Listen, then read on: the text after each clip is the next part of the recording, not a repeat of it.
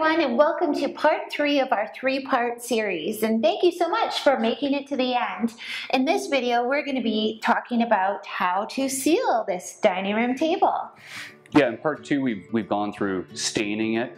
And at this point, before you seal it, you want to let it sit. We let it sit overnight to make sure that the stain is thoroughly dry. That's really important. If it's not dry enough, you're going to get a reaction when you go to seal it. So let it dry. If you have any little touch-ups, maybe areas that are looking especially thin, you'll want to do that, let that dry up. Then you're going to go to sealing, which we're going to show you. But we wanted to talk about sealing.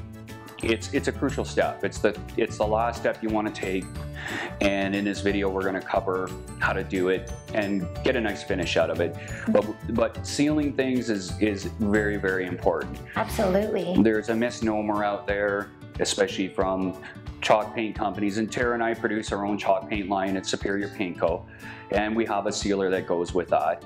But you always want to seal your project, and there's, like I said, there's a misnomer out there that you can just whip some chalk paint on something and that's it. That's really not the truth of it. No. The truth of it is, and you can watch our how to paint a small piece of furniture video, you're prepping and it's crucial.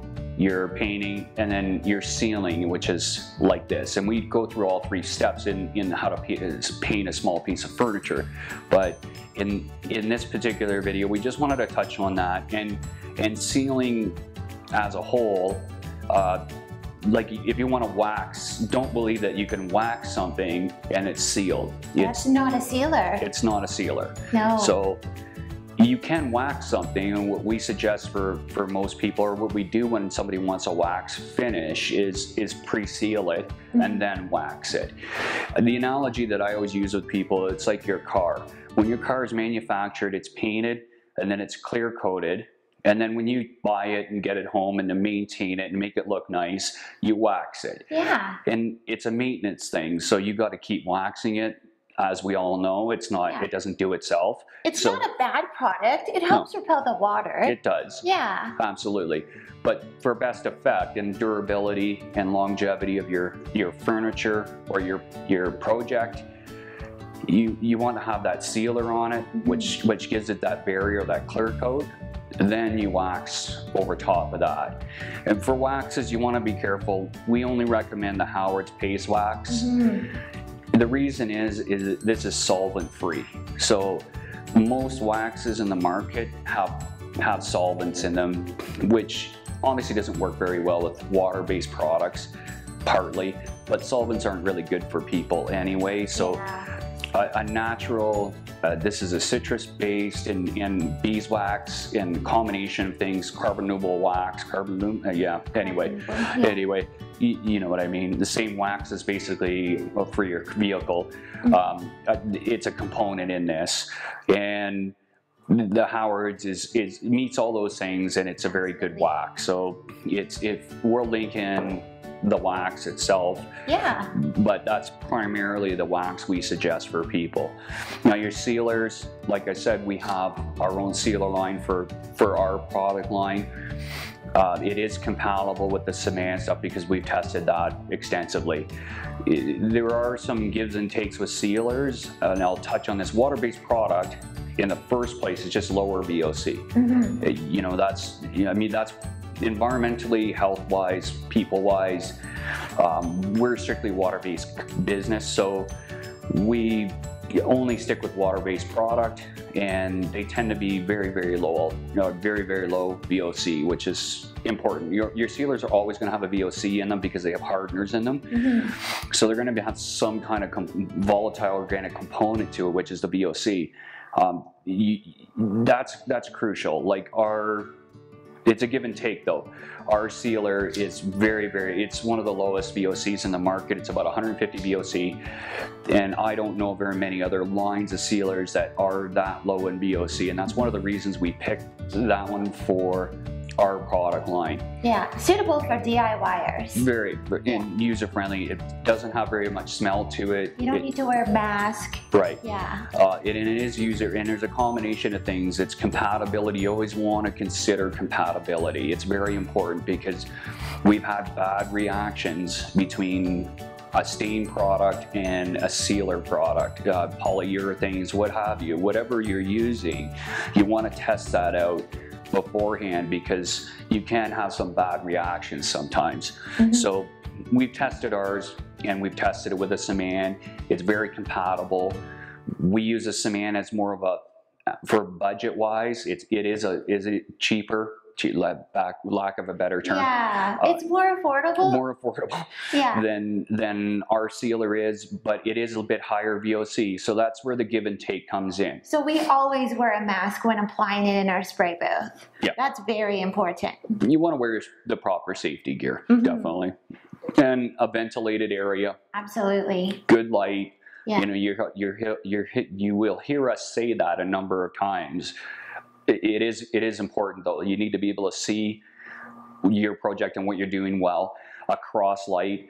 We'll talk about that a bit more in our setting up a small spray room video. Yeah, because we are going to do one on that. We've built a few spray booths in our day. Yeah, there are some aspects to it that we can help you with. But I wanted to touch on those components especially just before we got into sealing, just to kind of give you a basic level of understanding and how important it is to see. If you stain something, even with an oil-based stain, if that's what you're using, you're still going to want to seal that. Absolutely. So again, compatibility is very important. As far as the top itself goes, like we showed in the last video when we stained it, and if you watch that video, you get a better angle on it as it's just stained. Now, you'll see the difference when we go to sealing, but you want to do any little touch-ups, let them dry, and let your piece, we typically let it sit overnight just to make sure that the stain is thoroughly dried. Now, before we start sealing the project, what we're going to do is talk to you about a few hot tips. Now, when it comes to pouring your sealer, we like to filter it first. This will pick up any dried sealer bits that could get onto your finished project. This one here, what is this guy? It's a 300 micron filter. So you can get these at paint stores. I think typically will carry these, or the auto body shops is particularly where this one came from. So you just want to filter this before you pour it in your cup, whether you have a holder or not. They'll fit right in the top. You can filter it out, and like Tara said, if you get dry bits, other things, particles, it'll pick a lot, 99% of that up. But also, if your sealer isn't stirred really well, and you do want to always stir your sealer, especially with flat or satins or that type of sealer, because they have an additive in them that does settle. So over a bit of time, it settles and separates a little bit. So you want to stir it up very well. Don't shake it. It'll create bubbles, which in turn, you'll be spraying into your finish. But if you give it a really good stir before you use it, typically you might have some glops or contaminants in the sealer, so the filtering is going to alleviate a lot of that issue. Aside from that, with our sealer, this is a varnish, and we prefer a varnish over, let's say there's waterborne lacquers out there, and I'll just touch on this real quick. I've used a lot of the better waterborne lacquers. They do work well. Like, we just find that varnish it stays more flexible over the lifetime of the finish. It's easier to apply, and it does, this particular varnish, the Saman version of it, has a UV inhibitor in it, so it can be used in indoor, outdoor. So like I said, as far as a flexibility, it does last longer, and it's a little easier to work with. That's just what we find. What we do with this, like we've stained our top already, and what you're going to want to do, and a little tip that we give people, and it's just, this goes back to compatibility, is I'll mix a capful of, particularly the darker stain colors and the Saman colors, I'll mix in a capful of that stain color straight, not cut, into each quart or pod when I pour my sealer, and give that a really good mix too. What that essentially is doing is tinting the sealer. So with this top, we've gone a little bit lighter in tone than we're hoping that it ends up at. And the reason being is because we're going to use a tinted sealer and it gets multiple coats. It's going to tint very, very slightly with each coat. So if you do that, what you want to do is just apply it, build it up with each coat until you kind of get where you want and the tone that you want, and it's looking like the right range that you're going for. And if you need to add more sealer coats beyond that, then obviously you can just go clear. If you go too heavy with it, that's why I just say a capful, maybe two, especially the darker colors. The lighter colors are a little more forgiving, so you can go a little bit, but you want to try this and experiment a little bit with it. But I find that in the darker colors, a capful to 2 capfuls max, and it gives me an adequate amount of tint. It's very subtle, but as you add coats to it, it does build up. So what that does is it softens a lot of imperfections in your staining initially. It'll tint it to a range that you're happier with. It's a nicer application, let's just put it that way. When we use this with our paint product and you're shooting your paint sealer, and for example, white and black are a nightmare, because if you've ever sprayed white or black, trying to clear that, we don't work in a vacuum.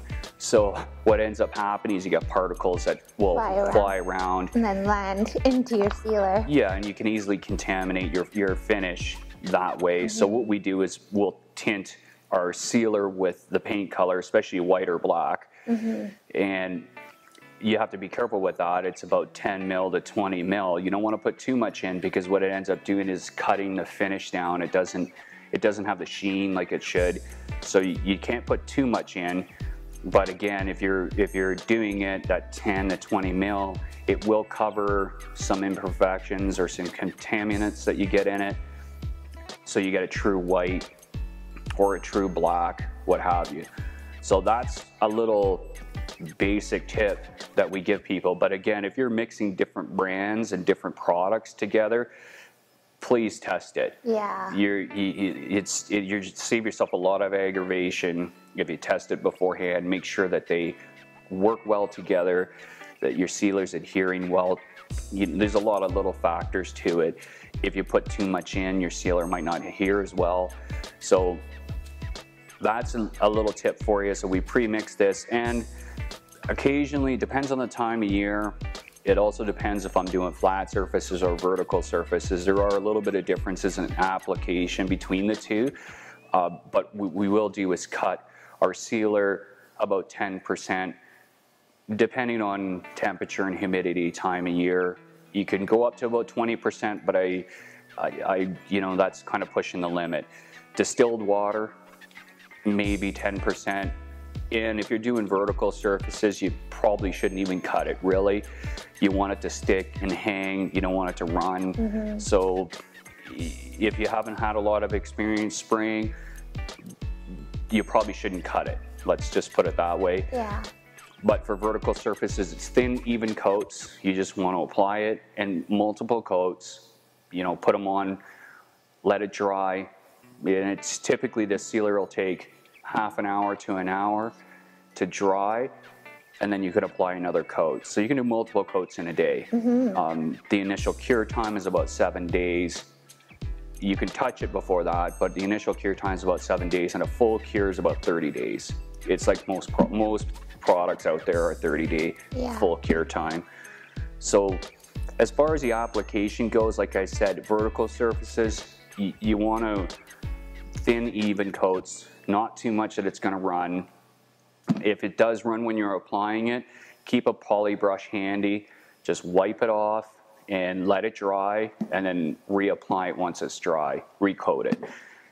Flat surfaces are a little different. What you're looking for is it's called a wet coat, and you're overlapping your lines as you're spraying it. You're overlapping about a half to a third overlap, and you want to keep that wet edge on every every row that you go across and keep a nice, even, steady pace, a nice thin application, and overlap all the way across. And you'll see that in the video when I do this top, but on vertical surfaces a little bit different. You can't get that wet coat application like you do on the top. So go thinner and more coats if you have to, but just be cautious of it. And those are really the little tips we wanted to cover just before we started spraying this. So let's go spray.